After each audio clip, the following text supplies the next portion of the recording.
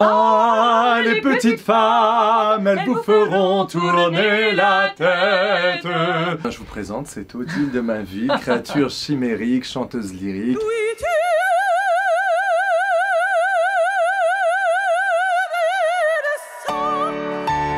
Chanteuse d'opéra, excentrique, loufoque, sympa. Et vous, Martin? Bah moi, écoutez, Martin Poppins, donc initiateur de ce projet, chanteuse de chez Madame Arthur depuis maintenant près de 10 ans.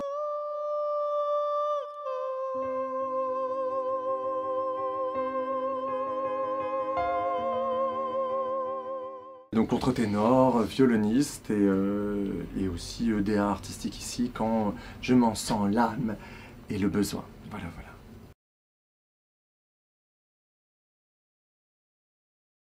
Eh bien, c'est ce qui nous a réunis sur ce projet avec Marion, c'est que nous avons justement une technique lyrique en commun, des années de conservatoire, une étude des 400 dernières années des répertoires musicaux, du baroque, et encore, peut-être même un peu avant, sur les chansons de cour et compagnie, jusqu'au répertoire romantique, et encore bien après au contemporain, et à la musique rock, pop que nous faisons ici, et donc voilà. En tout cas, effectivement, ce qui nous réunit tous les deux, c'est que nous sommes tous les deux chanteurs d'opéra à la base. Ce qui nous a amené au cabaret, le cabaret c'était l'endroit où on pouvait chanter aussi dans toutes nos tessitures.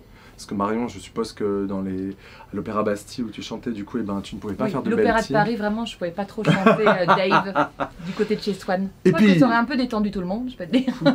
Et oui, et pareil, moi je pouvais faire du contre-ténor, du baryton, de la variété, jouer du violon quand je voulais. Donc c'était vraiment très intéressant, faire de la danse aussi. Et aussi au cabaret, par rapport à l'opéra où tout le monde a bien sa petite case, bien rangée, où tu as le droit de ne chanter que ton répertoire, ben, si j'ai envie de chanter un air de ténor, et ben je le fais, parce qu'on est au cabaret, on chie dedans! Oui, on est nos propres créateurs, on a notre propre pensée de nous-mêmes.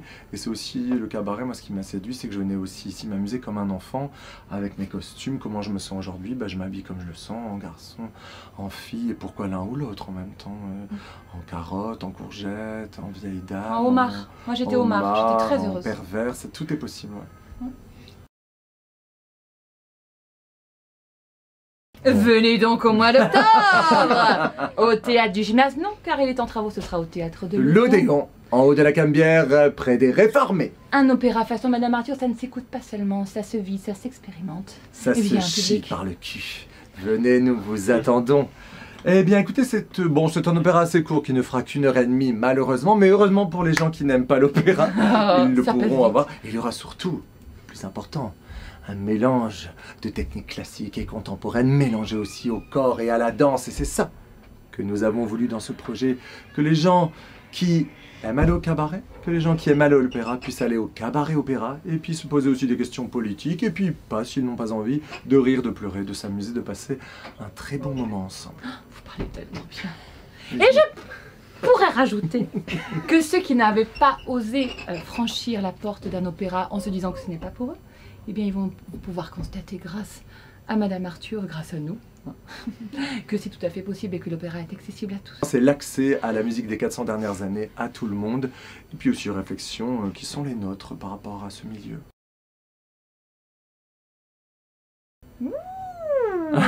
Ça va dépendre de leur propre expérience, je sais pas. J'espère qu'ils vont rire. Je pense qu'ils seront, j'espère qu'ils seront émus.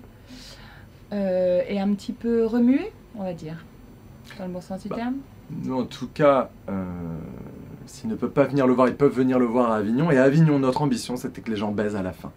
Pas du spectacle, mais que ça leur donne une joie de vivre, d'avoir ouvert leur gorge et leur cul pour faire ah ah ah et chanter, parce qu'on fait chanter aussi pendant le spectacle, et d'être heureux, d'être présent dans l'existence et de célébrer ça à la fin du spectacle en disant chérie, si on allait baiser. Et okay. C'est ça qu'on voulait. Allez.